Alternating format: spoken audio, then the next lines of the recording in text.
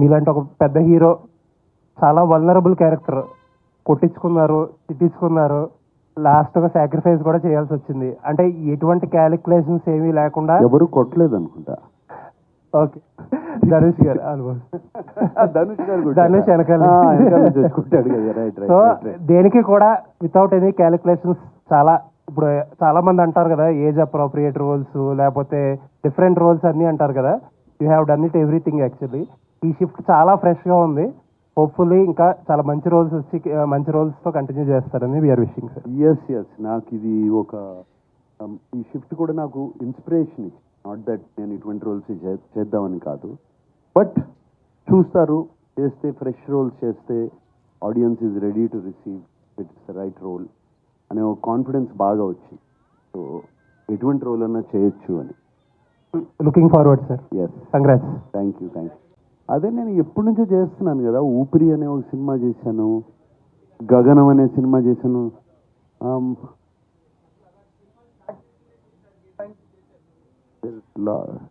Lot of films బాగా క్యారెక్టర్గా అంతమంది cinema చేశాను నేను. పెద్ద క్యారెక్టర్ గ్రే షేడ్స్ అనేది కాదు, క్యారెక్టర్ జనాన్ని యాక్సెప్ట్ చేస్తే ఏ షేడ్ అయినా కూడా పర్వాలేదు. That is important. శేఖర్ గారు సార్, ఇప్పుడు మామూలుగా ఎడిట్ అంతా అయిపోయి అన్ని చూసుకున్నాకనే 3 గంటల 14 నిమిషాలు వస్తాయి. ఒరిజినల్గా ఎంత కంటెంట్ వచ్చింది సార్?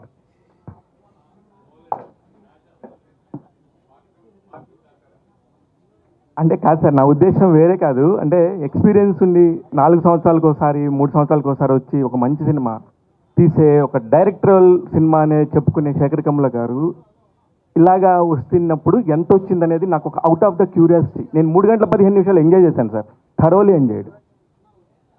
3 అవర్స్ 4 సార్, నేను కరెక్ట్గానే చూశాను సార్.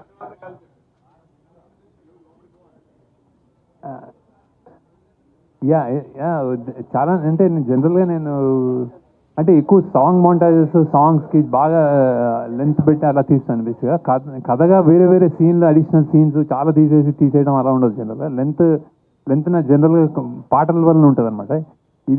ఇందులో కూడా అంతే. బేసిక్గా ఇది ఒక ఇది ఎడిట్ చాయిసెస్లో fast paced thriller at emotional అని, అంటే మెల్లగా వాళ్ళ ఎమోషన్స్ చూపించాలని. సో అక్కడ మనం బ్యాలెన్స్ చేసుకుంటూ వెళ్ళాం. సో ఇంకొక అరగంట ఉండిందండి.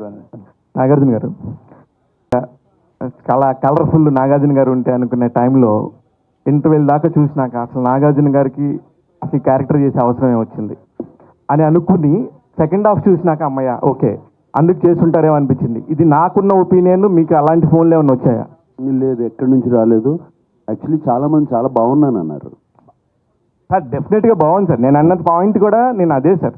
నేను అన్నది నేను బాగలేదని లేదు. నేను అంటే ఆయన రేంజ్ ఆఫ్ దానికి ఇప్పుడు మీరు సాక్రిఫైస్ చేస్తుంటారు. మీకు ఒక పక్కన పెయిన్ ఉంది, ఆ క్యారెక్టర్లో కనబడుతుంది. అది అవసరమా ఆయనకి అనే ఒక పెయిన్ ఉండిందండి. నేను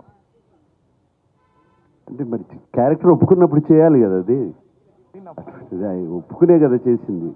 ఒక డిఫరెంట్ క్యారెక్టర్ వచ్చిందని అవసరమా లేదా అనేది ఇక అది ఏమని చెప్పను. అవసరమా అని అన్నీ అవసరమే. మాకు యాక్టర్లకి క్యారెక్టర్స్ చేయడం చాలా ఇంపార్టెంట్.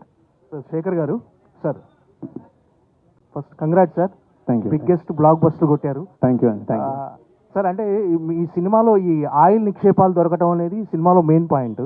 రీసెంట్ టైమ్స్లో కూడా ఇండియాలో యాదృచ్ఛికంగా అరేబియా మహాసముద్రంలో ఆయిల్ నిక్షేపాలు దొరికినాయి అంటారు. సో దానికి అంటే మీరు చాలా అడ్వాన్స్డ్గా ఆలోచించి కథను తయారు చేసి ఉంటారు. బట్ ఇప్పుడు ఆ ప్రాసెస్ జరుగుతుంది ఇండియాలో. సో దానివల్ల ఇండియా ఆర్థిక వ్యవస్థ మొత్తం మారిపోయి చమురు మనం విదేశాల నుండి చమురు దిగుమతి చేసుకోవాల్సిన అవసరం లేకుండా పోయింది. సో ఈ పాయింట్కి మీకు అసలు ఎలా అనిపిస్తుంది ఇప్పుడు అలా జరగటం?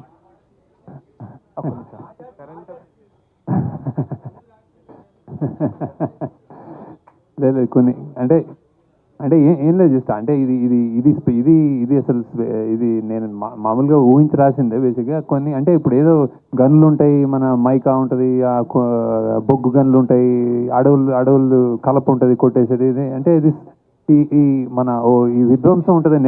ఇండియన్ రిసోర్సెస్ని విధ్వంసం చేయడానికి కొంచెం ఐదర్ అది డెవలప్మెంట్ అనొచ్చు, విధ్వంసం అనొచ్చు. అట్లా నుంచి ఒక వచ్చిన పాయింట్ అది బేసిక్గా. సో ఆయిల్ సముద్రాల్లో దొరుకుతుంది అన్నది అది అది మామూలుగా అనుకునే రాశాను, అంటే అది ఒక గొప్ప మంచి పాయింట్ అనిపించింది. అది